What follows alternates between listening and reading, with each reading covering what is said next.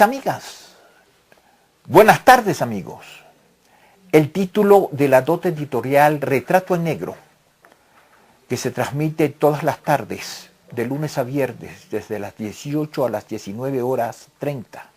por la frecuencia 99.7 FM de Radio La Rumbera, es el siguiente. Parodiando al escritor colombiano Gabriel García Márquez, la hemos titulado La increíble y triste historia de la cándida ciudad de Quito y sus alcaldes y concejales desalmados. Capítulo primero. La verdadera historia del descabellado y corrupto proyecto de construir un aeropuerto en Tababela y cerrar el actual Mariscal Sucre. Cuán desmoralizador es iniciar una exposición sobre un tema tan importante para el desarrollo de nuestra nación, teniendo que poner por delante una dura premisa. La corrupción política se ha enraizado en el Ecuador de forma y manera tal que podemos afirmar, sin temor a equivocarnos, que no existe contrato de naturaleza pública de cualquier espacio que sea, de un valor más grande o más pequeño, que no esté bajo sospecha de irregularidades. Es ya un lugar común saber y aceptar que el disfrute de un cargo público de elevada categoría añade en una especie de derecho natural y como acto de absoluta legitimidad la coima que viene adjunta. Las masas populares, y esto es lo peor, no logran entender el modo como se ejecuta la trafacía, pero la aceptan a través de una frase que compendia toda la historia trágica de nuestro Ecuador, y me atrevería a decir que del mundo y la humanidad enteras.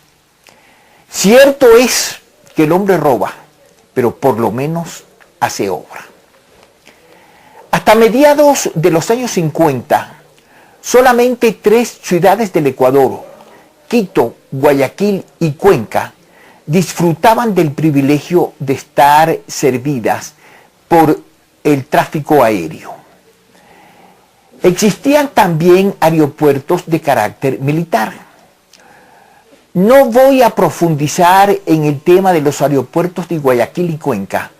porque aunque en el fondo padezcan de conflictos similares, lo importante que deseo destacar en esta nota se concreta a los acaecidos en nuestra ciudad de Quito.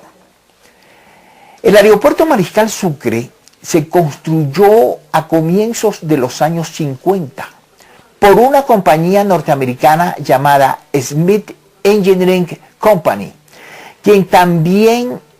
la financió, con amplio sentido común en la seguridad de que ese aeropuerto tendría en el futuro que servir para una población mayor.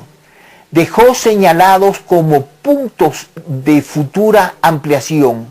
una franja al norte, por donde hoy se desarrolla la Avenida del Maestro, y otra al sur, donde en la actualidad se encuentra el Monumento al Labrador.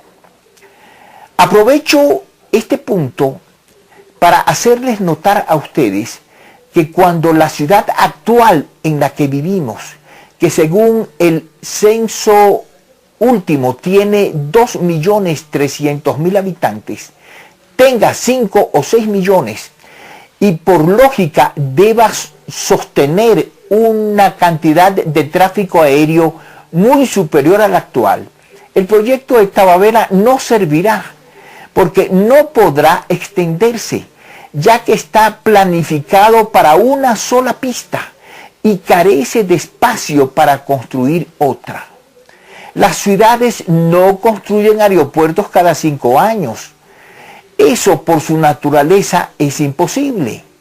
Un proyecto así debe durar 50 o 100 años. Tababela no tiene ningún futuro, a menos que,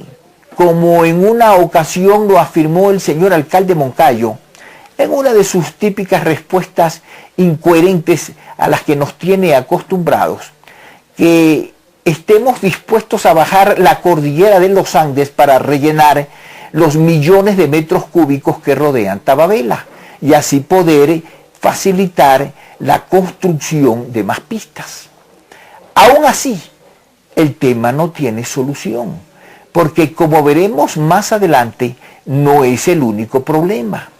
La naturaleza de los vientos, de la tierra en la que está asentada, la nubosidad permanente, la limitación en el número de horas que puede elaborar, su ubicación entre las cordilleras Central y el Ilaló, entre otras cosas, son inconvenientes que lo tornan en peligroso y antieconómico. La corrupción perpetua que impera en nuestra patria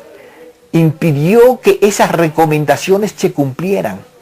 y empezaron a ser cercados los terrenos del original Mariscal Sucre. A un lado, el oriental, terrenos concedidos a la Fuerza Aérea para construir un club social. Hacia el norte se autorizó construir las ciudadelas Rumiñahui y del Maestro.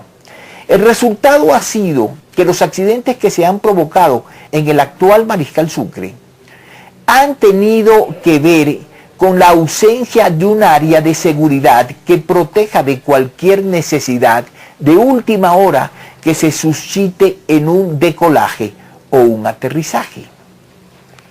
Tal como lo conocemos ahora, el Mariscal Sucre se inauguró a fines de la misma década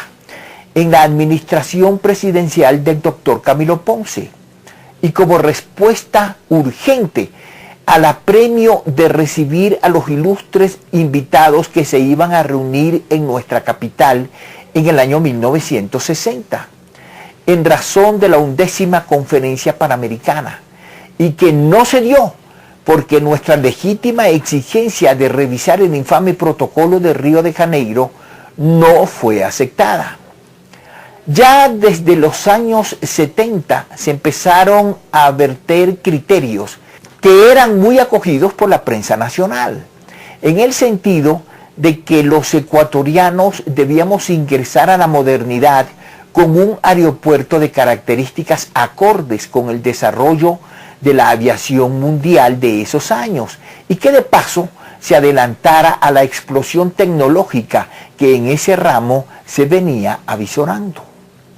Se habló de construir un solo aeropuerto en la zona ubicada cerca de la ciudad de Quevedo, desde la cual podrían aviones pequeños desplazarse hacia los aeropuertos de otras ciudades del interior del país. También se pensó en acondicionar los aeropuertos militares de La Tacunga, Manta y la base de Taura, con el argumento de que se ahorraría mucho dinero, porque las pistas ya estaban construidas. Inmediatamente hicieron su aparición todos los intereses que suelen manifestarse en estos casos, y desde luego también los argumentos de orden regionalista, que han sido siempre utilizados con propósitos perversos por las oligarquías serranas y costeñas. Empezaron a considerarse posibles lugares. Se pensó en el sur de la ciudad, donde aún existían terrenos vacantes. Y también se llegó a prestar mucha atención a la gran llanura de Tababela, que fue desechada porque ya existían algunos proyectos de urbanización. También, y pese a las observaciones que salieron a la luz muy pronto y que hemos mencionado más arriba, se estudió la planicie de Carabobo o Tababela, al oriente de la capital. La decisión de hacer el aeropuerto en Tababela tomó fuerza a raíz de la toma del poder ejecutada por las Fuerzas Armadas en febrero de 1972, a través del golpe dirigido por el general Rodríguez Lara. Como tenía que ser, y dejando de lado todos los informes previos que hablaban de la inconveniencia de construir un aeropuerto en esa explanada, el alto mando de la Fuerza Aérea, poniendo, como dice el vulgo, la carreta delante de los bueyes, tomó primero las decisiones de expropiar y construir, para después hacer los estudios técnicos pertinentes. Efectivamente, fue en enero de 1973, en plena dictadura militar, cuando la Junta Nacional de Planificación y Coordinación Económica, la JUNAPLA, firmó un contrato con las consultoras International Engineering Company, Inc., IECO, y consultores asociados ecuatorianos, CAE, para realizar los estudios de factibilidad y los planes maestros que permitieran la construcción de sendos aeropuertos internacionales, tanto en Quito como en Guayaquil. Una vez que la Dirección de Aviación Civil ya había seleccionado el sitio primero. En el libro que escribí conjuntamente con la señora Nelly Araujo y que lleva por título Corrupción de alto vuelo, el atraco de Tababela, el mismo que ha tenido el altísimo honor de no querer ser distribuido por ninguna librería, consta el texto de la indagación realizada por la revista Vistazo en 1985, la cual en una serie sucesiva de artículos productos de la investigación de la notable periodista María Albán Estrada, hizo público con nombres y apellidos los altos oficiales de la FAE que se